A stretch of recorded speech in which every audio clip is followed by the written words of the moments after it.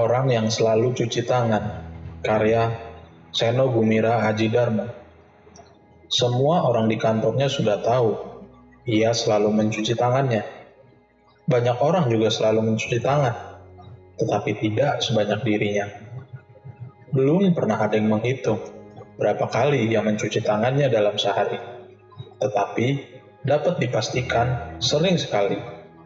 Kalau ada orang yang menyebut namanya, yang diingat setiap orang adalah, "Oh, yang selalu cuci tangan itu ya?" Dan akan selalu ditanggapi kembali dengan, "Nah, iya, yang selalu cuci tangan." Demikianlah ia kemudian dikenal sebagai orang yang selalu cuci tangan. Tentu ia sendiri tidak tahu jika dirinya mendapatkan julukan seperti itu. Ia hanya tahu dirinya selalu merasa tangannya kotor. Dan setiap kali ia merasa tangannya kotor, ia selalu merasa harus cuci tangan di wastafel. Tentu saja, tak jarang tangannya itu memang kotor. Meskipun baginya setitik debu yang tak terlihat pun agaknya sudah sahih menyandang istilah kotoran. Sehingga ia pun akan selalu terlihat berjalan menuju wastafel untuk mencuci tangannya. Kadang baru duduk sebentar, ia segera sudah berdiri lagi, menuju wastafel untuk mencuci tangan yang dirasanya amat sangat kotor. Begitu kotor, bagaikan tiada lagi yang bisa lebih kotor. Tentunya bisa diterima betapa setiap tangan yang kotor memang sebaiknya, lebih baik, memang seharusnya, bahkan wajib dicuci. Tapi bagaimana kalau sebetulnya bersih? Barangkali ia sebetulnya hanya selalu merasa tangannya kotor. Merasa, ya, tangannya itu sendiri sebetulnya bersih, tapi ia selalu merasa tangannya kotor. Makanya ia selalu mencuci tangannya. Demikianlah orang-orang di kantornya bergunjing tentang atasannya tersebut, yang selalu mereka lihat sedang mencuci tangan di wastafel ketika mereka memasuki ruangannya. Di depan wastafel, ia mencuci tangan. Pada saat itu, ia mengangkat muka. Ia melihat wajahnya sendiri. Wajah itulah, pikirnya. Wajah itulah.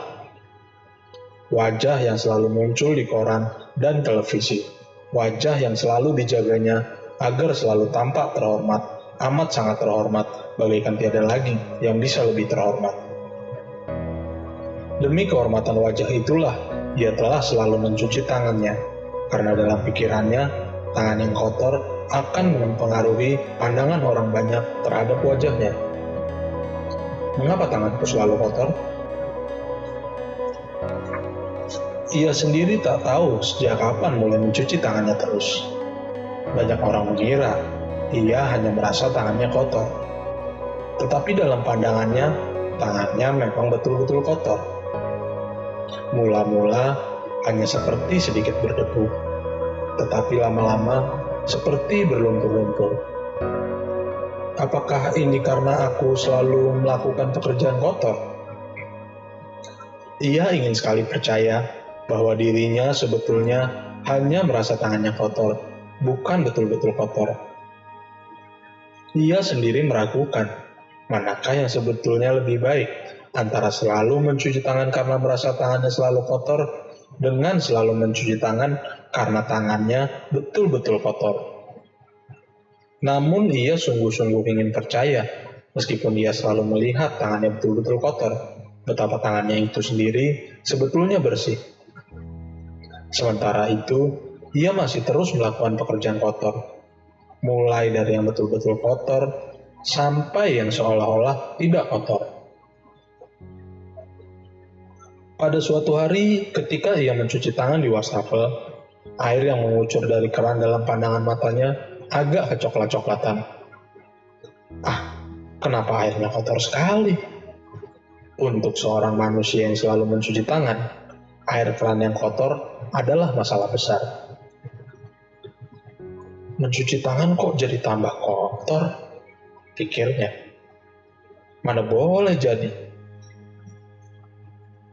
Segeralah para tukang dipanggil untuk memeriksa apakah kiranya yang membuat air pencuci tangan yang seharusnya membuat tangan menjadi bersih, kini justru membuat tangannya semakin kotor. Namun ketika dikucurkan, ternyata air keran itu baik-baik saja adanya.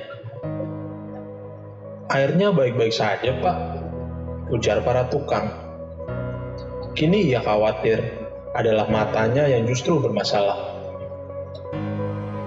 Betapapun ia bersyukur, selama ini ternyata hanya perasaannya sajalah yang membuat ia mengira tangannya selalu kotor, yang membuatnya selalu merasa harus mencuci tangan.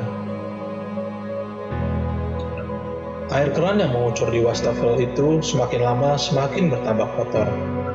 Semula memang hanya kecoklat-coklatan, tetapi akhirnya menjadi kehitam-hitaman, bahkan kemudian juga berlumpur dan berbau busuk agak kekuning-kuningan, yang ketika airnya mengucur memperdengarkan suara seperti orang dahak. Rasanya ia mau muntah, tetapi tidak ada yang keluar dari perutnya. Ia berjuang keras meyakinkan dirinya sendiri bahwa apa yang terlihat, terdengar, dan terbaui olehnya itu sebetulnya hanyalah sesuatu yang hanya dirasakannya saja. Maka ia pun tetap mencuci tangannya dengan air terkotor di dunia yang mengucur dari keran itu. Tidak cukup hanya mencuci tangan, ia juga menggunakannya untuk cuci muka, membasuh wajahnya begitu rupa sehingga ia merasa dirinya bersih suci murni, tanpa dosa dan anti hama. Suatu kali pekerjaan kotornya membuat keran itu mengucurkan darah. Namun ia tetap yakin dan percaya bahwa yang dilihatnya adalah air keran biasa. Ia tidak ingin lagi-lagi memanggil tukang dan lagi-lagi akan menerima tatapan mata yang memandangnya dengan aneh karena airnya tidak apa-apa, Pak. Ia mencuci tangannya dengan darah yang mengucur dari keran itu, dengan perasaan mencuci tangan sebersih-bersihnya. Lantas, ia mencuci muka, tempat segala kehormatannya dipertaruhkan dengan darah yang mengucur dari keran itu juga. Sebelum keluar ruangan, ia menatap wajahnya pada cermin, dan melihat wajahnya itu bersimbah darah. Ia merasa tahu benar, perasaannya sajalah yang membuat ia melihat wajahnya penuh dengan darah.